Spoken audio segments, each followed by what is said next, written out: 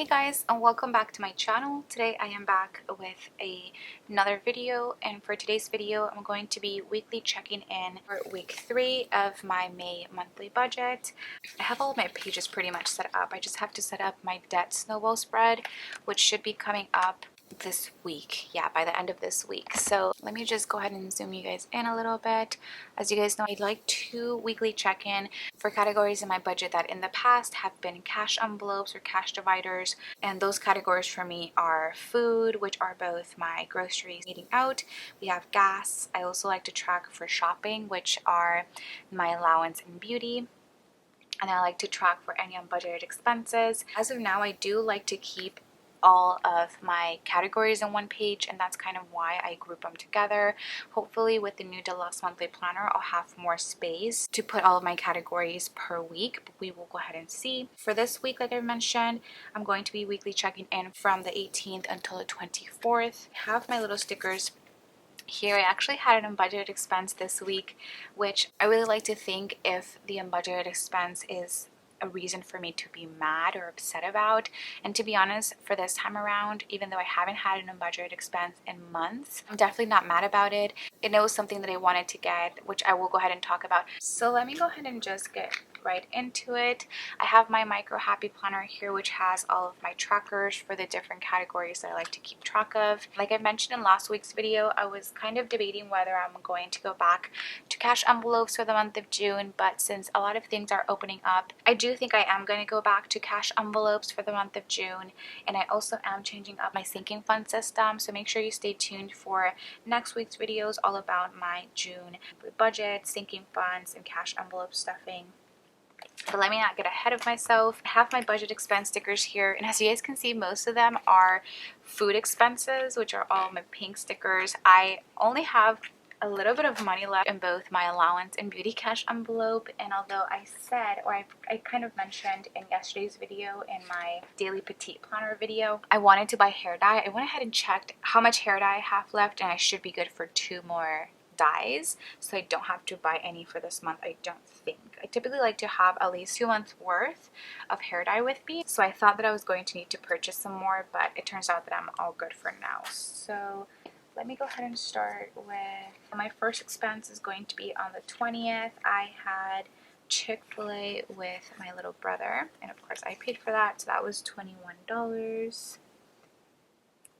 Then on the 21st, I went to In-N-Out with Paul, and typically he ends up paying for most of the food when we go eat out, but I thought that I would pay for food this time around since I had a pretty good amount of money left over my eating out. I thought that I would just use it. Aside from that, on Saturday, I ended up getting this sandwich, and it was a really good sandwich. My dad picked it up after helping out his friend. I'm not sure where he got it from.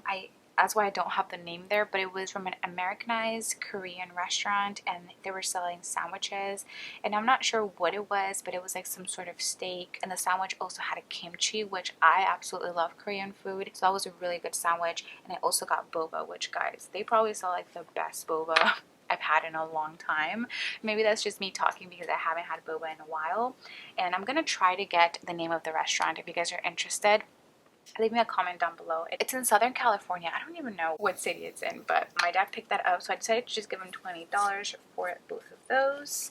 And then last but not least, on the 24th, which kind of sucks that we only have this much amount of space, and I'm pretty sure we're going to kind of go over that, I went to Target. I went on a Target run by myself. I typically go with Paul, but I just decided to go by myself this day. And then the other expense I had was my unbudgeted expense. I'm not going to really talk about much on the subject, but if you guys would have seen my plan with me that went up on Sunday, you guys kind of know where this is heading. But I ended up getting a floral arrangement, so that was $83. Of course, this is something that I definitely didn't have to do, but I thought that I owed it to the person, and just because she meant so much to me, to get her a floral arrangement. So that was $83. It was kind of on the expensive side. I didn't get the most expensive one or anything, but there was also like a delivery fee and all of that. So that was $83, and I am counting that as an unbudgeted expense because of course I didn't budget for that. So that means that I had 3 no spend days. So let me get my no spend stickers. Here we go.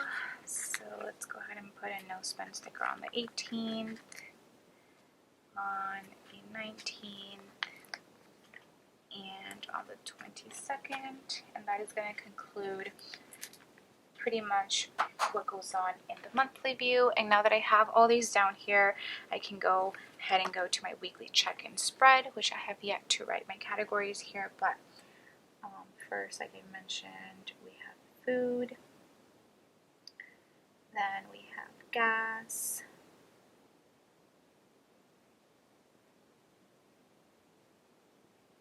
shopping, and unbudgeted.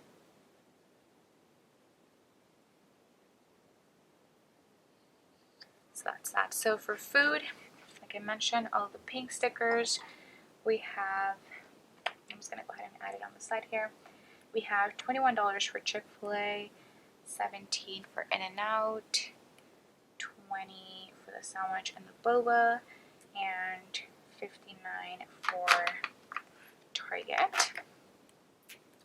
So let me actually check these off as I'm going along. I can also check off my phone bill that is on automatic. Perfect. So nothing but food expenses for this week, just because I knew how much I had left over, and I hadn't been going grocery shopping that often in the month because I did want to just limit myself to going when I needed to get things instead of just, you know, randomly go on like Target runs like I typically would in the past. So now I'm going to go ahead and subtract the $117 from the $250 we had remaining last week. So that means that I should still have $133 remaining for food. And if we want to go more in depth as to how much I have per each of the categories in the food category itself, after Target I still have $95 left as of 24th. Of course, on the 25th, which I'm filming this a day after, I did go to Trader Joe's, so you guys will see that next week. And so for eating out after Chick-fil-A, In-N-Out, and the sandwich and boba, I have $38 left. So I still do have a bit of money to spend for this week. It's going to be for that. Aside from that, I know that I don't have any expenses for gas. So I still have the $2 in here. I'm pretty good with gas, of course, because I haven't driven anywhere. So I don't foresee me spending money, of course, in the last week. And then for shopping, I didn't spend anything at all. Like I mentioned last week, I only have like a couple of dollars left. I have $12 in my allowance and $10 in my beauty. I don't think I'm going to buy anything else. Like I mentioned, I thought I was going to have to buy hair dye, but I think I'm all good. So I won't have to be over on that. That means that I should still have the $22 left here. And then last but not least, like I mentioned, I do have an unbudgeted expense of $83 for the floral arrangement. So I'm just going to put that in here. And I am going to write that in red because that is an unbudgeted expense. So I am already over by $83 because I don't budget anything for unbudgeted expenses. On your typical day, I would be like really discouraged about this amount of money, but to be honest, like I mentioned, it definitely wasn't something that I had to do, but rather something that I wanted to do, and I don't mind that amount being an unbudgeted amount. So that is pretty much it for the weekly check-in part.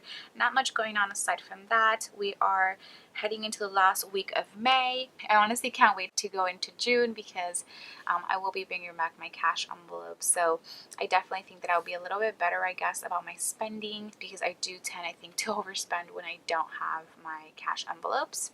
So that's going to be pretty much it. I can go ahead and bring you guys now to my sinking fund spread, which there really hasn't been anything going on in here. There hasn't been any transactions since the last time that we saw each other. Yeah, nothing here.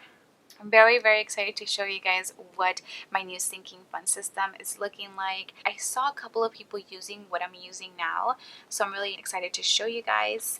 And then the last thing that I will just update you guys on would be my variable income spending. I don't have anything for shipping for last week, but I will have something for this week.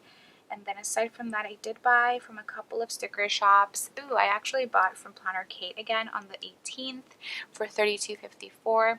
I bought a bunch of her simplified planner color stickers. I do have a simplified planner that I purchased prior to, Erin Condren coming out with the Daily Duo, and I think I still do want to try it out just to see how it is that I like it, and just to show you guys how I would use it and implement it in my life. So I got a couple of those stickers from Planner Kate. Then on the 19th for $23.85 from Simply Watercolor Co. She was having, I believe, a sale. So I picked up a couple of her Luxe grab bags. I absolutely love picking up grab bags because you get a ton of stickers for a discounted amount. So anytime I see shops with grab bags, I do like to pick those up because they are very budget friendly. And then last but not least, on the 24th for $33.36, I ended up purchasing from Paper Muse Crafts. I said I wasn't going to purchase any more kits because I am going to transition to the Hourly Life planner, but she was having her anniversary sale, and I thought that I could still use that sticker for that planner and include it in maybe other spreads. So that's pretty much it for the variable income spending. I know this video is kind of a short one. I typically do a little bit longer and definitely more interesting than this one. Things have just been kind of weird for me the past couple of days. So I hope you guys understand. I don't think I have anything else to say, but to thank you guys for your support, and I hope that you guys enjoyed this video regardless. If you guys did, please don't forget to give it a huge thumbs up, as well as subscribe to my channel if you guys are not subscribed already. Look forward to the next couple of videos. They should be pretty fun ones, and hopefully I will get to see you guys on my next one. Bye guys.